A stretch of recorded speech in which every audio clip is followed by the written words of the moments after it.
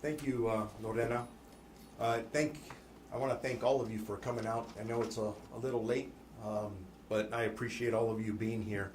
So I want to make sure everybody knows, again, our homicide investigators continue to work on this case.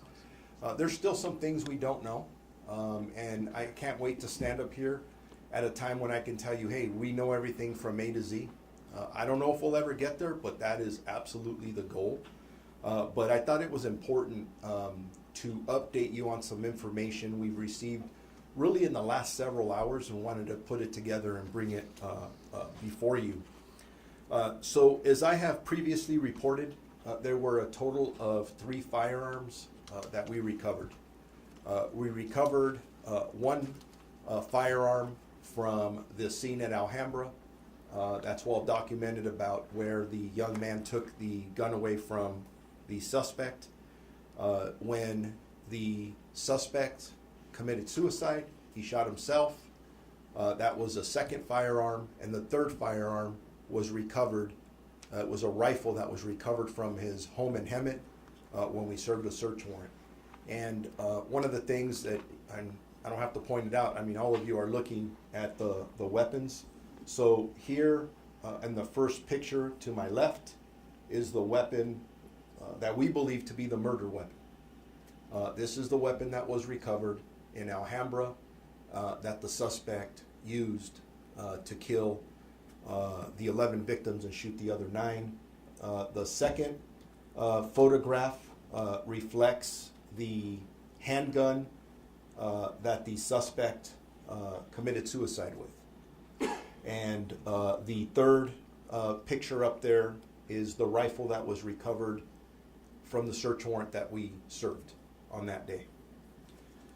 So I'm going to give you some specifics about the weapons. So that first weapon here is identified as a Cobray, that's C-O-B-R-A-Y, model CM11-9, also known as a MAC-10. The weapon was not registered in the state of California. It was purchased by the suspect on February 9th of 1999 in the city of Monterey Park. And again, that's the first one here to my left. The weapon number 2 that he committed suicide with is identified as a Norinco 7.62 times 25 millimeter pistol, and that handgun is registered to the suspect. Number 3, the rifle is identified as a Savage Arms .308 caliber bolt action rifle that was also registered to the suspect.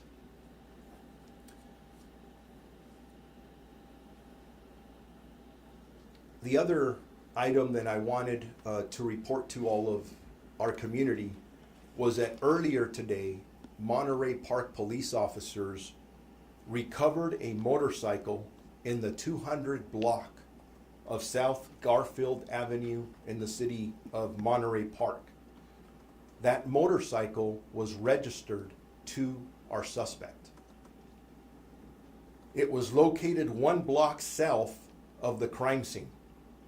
Homicide investigators determined that the motorcycle was parked there sometime on Saturday, just prior to the mass murder. Investigators believe it was placed there by the suspect as an alternative getaway vehicle. As of today, based on the interviews the investigators are still conducting, they have not been able to establish a connection between the suspect and any of the victims thus far. The suspect was not married. We've gotten information from different places that, asking us if one of the victims was his wife. And not only have we found that he wasn't married, but we have not been able to tie him in romantically to any of the victims so far. Will that change down the road? You got to understand, when we get up here, it's to present you with facts and not just rumors and information still may change. According to witness accounts of witnesses that we've interviewed thus far, we do not believe the suspect has frequented the dance studio in the last 5 years. We've also been hearing a lot of information that he was recently there. Based on the statements we have, he hasn't been there in 5 years. And again, maybe we'll get more information where that will change. And I want to stress something, that if people believe they have information that can help us with a motive in this case, please make sure you contact investigators of our Homicide Bureau at 323-890-5500. A lot of rumors out there, a lot of people sharing stories, but again, we will only put out information that we have verified through facts and evidence, and tying the information to somebody specific. So with that, let me open it up to any questions that any of you have. Yes, ma'am. Okay. Can you talk about what you left behind any notes? Did you find anything of why he might have targeted both ballrooms, even if he hasn't frequented at least one of them in the last 5 years? So when we served the search warrant on his house in Hemet, and obviously the search warrant on his van, we've recovered a lot of items. We talked about electronics being recovered. We've also talked about there's a whole list of items, paperwork that we're going through. Investigators, as they go through that, we're looking at everything, every which way but loose. And again, with the goal of trying to find a motive, and hopefully we can. Sometimes it's frustrating when something like this happens. It's so tragic because we're trying to understand it, and it doesn't make sense. It really doesn't. So right now it looks like he picked these two places almost at random? We don't know the answer to that. We hope to find out, but we just don't know yet. Yes, ma'am. Sheriff Luna, was there anything of significance found in his motorcycle or on the motorcycle? One, and then two, is there any indication that his ex-wife was a Star Dance regular? And if he hadn't been there the past 5 years, is there any indication that he had been a dancer or a frequent, customer there prior to 5 years? The information we have is just that he hasn't been there in 5 years. In regards to the ex-wife, we don't have that information factually, or we have been able to verify that. We're hearing some of those things, but this is why I'm asking for people to come forward so we can attach a name to information, and we can follow up just to make sure that we're verifying anything that's coming through. And in regards to the motorcycle, the question about anything that we found on the motorcycle, we're going to have to get back to you on that. It was recovered, and I'm not sure at this point what else we recovered other than the motorcycle that was confirmed to be registered to the suspect. Sheriff, have we got any information regarding the weapons you've seized here about their legality, when they were purchased, anything along those lines? Yes, let me repeat the information I gave earlier on that.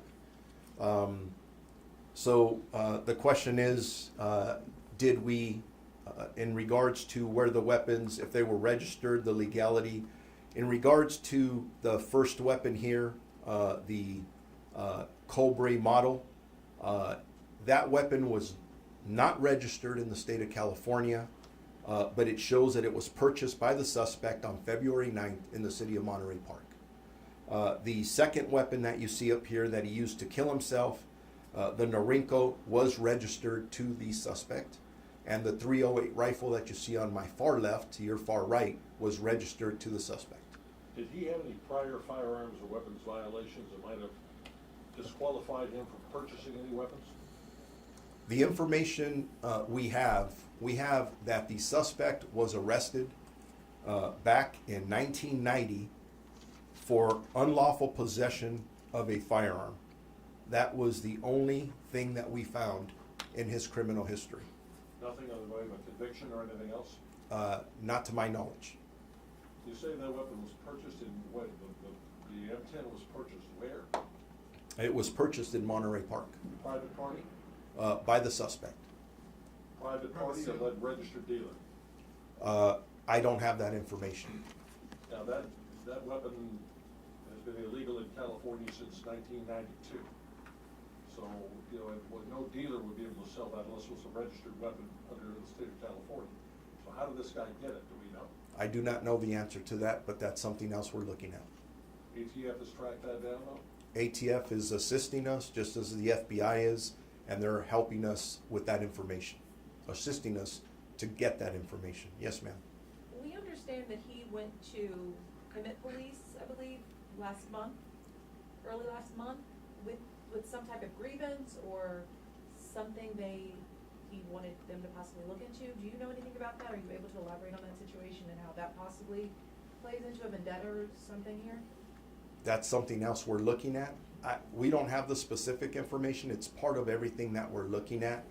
But that information has come to us through the Hemet Police Department, and it'll be part of what we're looking at to try and put together, again, the motive as to why he did this. The details on the motorcycle that was found, what kind, just details? From what my understanding is, details on that motorcycle, it was a street bike. And it was parked about a block away from the shooting scene, the massacre scene in the city of Monterey Park. But he still had enough time so he never so far in your investigation, as he went back to the vehicle, to the motorcycle at all, or he went straight to his vehicle?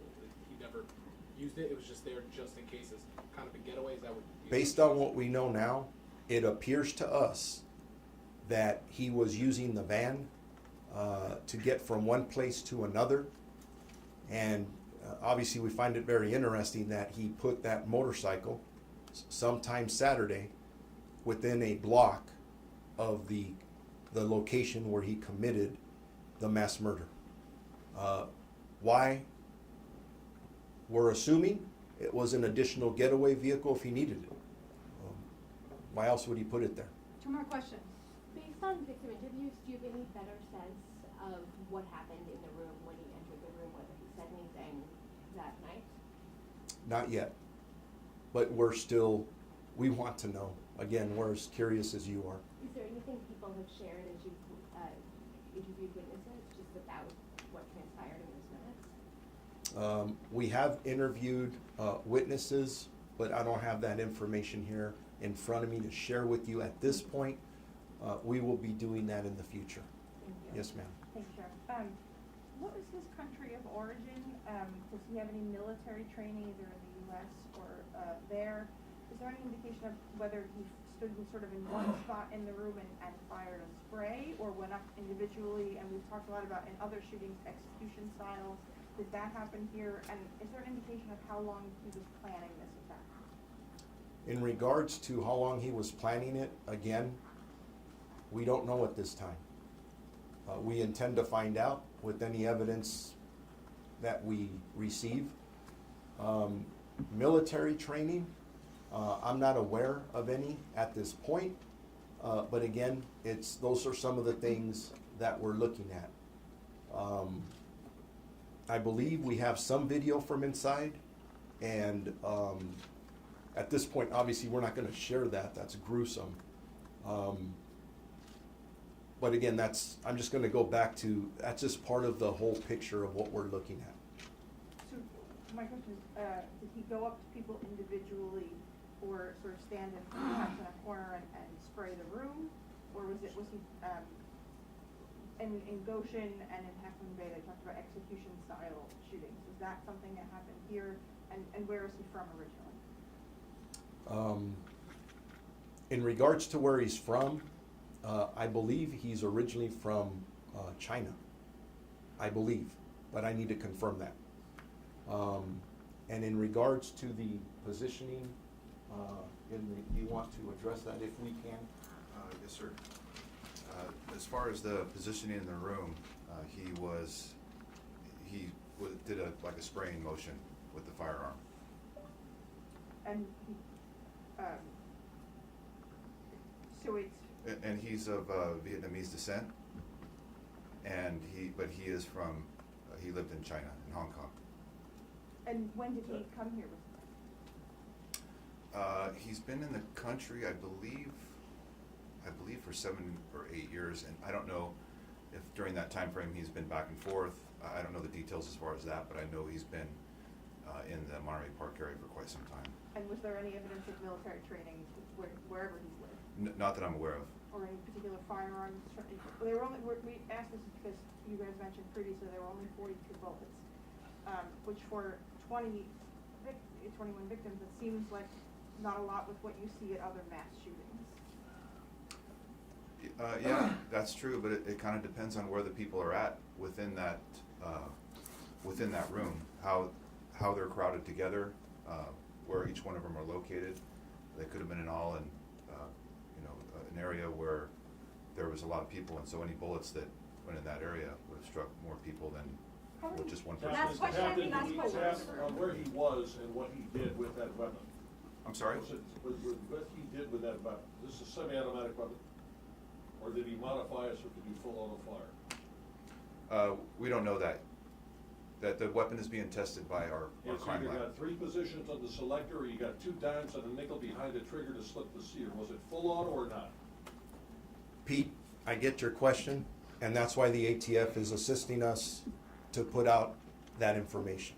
So, Magazine was how many rounds, do we know? 30-round magazine was Or two found swap mags. at the scene. 3 swap bags. Yes. And back to the statement, only 42 bullets. I think 42 rounds is excessive anywhere. You're shooting 42 rounds. We have 42 casings. You saw the carnage or the damage that he did. So How many Speaking of people the were in the victims, room? can we get, is there any new update on the people who were injured, who were in the hospital? Because there was still a significant number of people being treated. Any update on how some of those individuals are doing tonight? I do not have that. Sheriff, I do not have that. Just a point of clarification, so he used that weapon with like a spraying motion, was he standing in the front entrance when that happened, or was he on the dance floor at that time? You can answer that if you could. If you can't. No, I'm sorry, I can't answer that question. Okay. How many people were in the room at the time, total? How many people were in the room at the time, total? Do we know the answer to No, not the exact number. that? Okay, that'll be the last question. Thank you guys very much. Could you repeat Appreciate the it. spellings of the guns, or is that Sí. something you can share with us in writing? Could you repeat the spellings of the gun names, or is that something I can take a picture of? Yeah, I can do that really quick. And then if, we can do the Spanish one off to the side at the end for you. Thank you. In regards to the first weapon that you see here, it's a Cobray, C-O-B-R-A-Y, model CM11-9.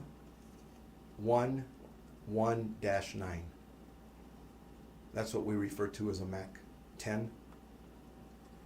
The second handgun is a Norinco, N-O-R-I-N-C-O, 7.62 times 25 millimeter pistol. And then the third bolt action rifle to my far left is a Savage, S-A-V-A-G-E, Arms, .308 caliber. Okay. Thank you guys. And, can we get the spelling of your name, sir? A-N-D-R-E-W-M-E-Y-E-R, And your captain, right? Captain. Spanish, step forward. What's the right?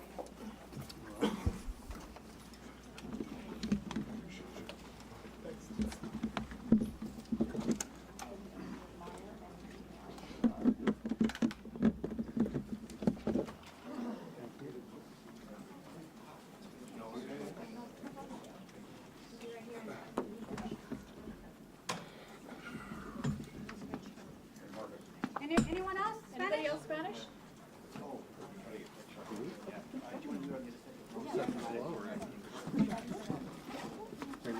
on in front of the tripod. Anybody else Spanish?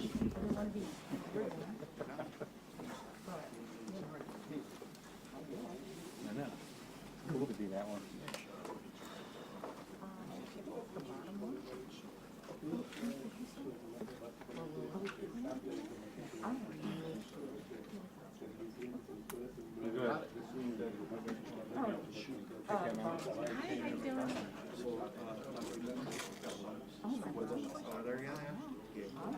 Good.